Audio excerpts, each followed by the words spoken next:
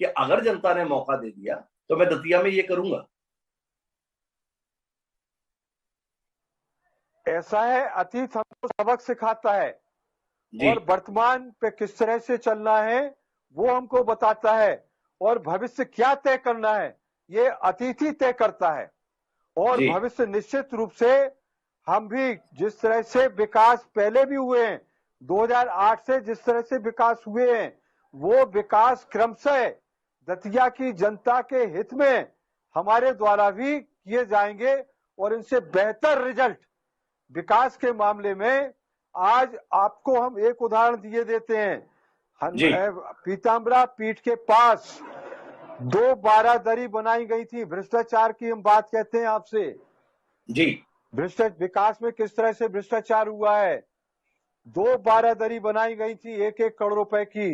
दोनों बारादरी इनके ही कार्यकाल में बनी और इनके ही कार्यकाल में गिर गई, नष्ट हो गई।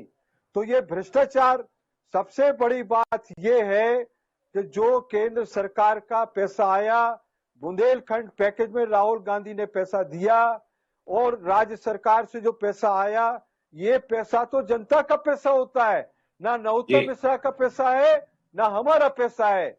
और इस पे भ्रष्टाचार करने का अधिकार जनता नहीं देती है, लेकिन जी नरोत्तम मिश्रा ने भ्रष्टाचार और बेईमानी की है। हमारा जो विजन होगा, हमारा जो विकास होगा, वो विकास जनता के हित में होगा। जनता उस पर उंगली नहीं उठा पाएगी। और यहां तक कि नरोत्तम मिश्रा भी विपक्ष में रहते हुए भी उंगली नहीं उठा पाएंगे, और न पिछले कामों पर वो उंगली उठा पाए। अरे वो तो अतीत की बात हम फिर से कहते हैं। 108 करोड़ रुपए का स्टील फैक्ट्री कारखाना कहां गया? 150 करोड़ रुपए का रिलायंस कंपनी का इन्होंने प्रतिष्ठान, व्यापारिक प्रतिष्ठान कहा था, वो कहां गया? रोपवे कहां गया? 25,000 करोड़ रुपए का ये हवाई जहाज मरम्मत कारखाना खुलवा रहे थे।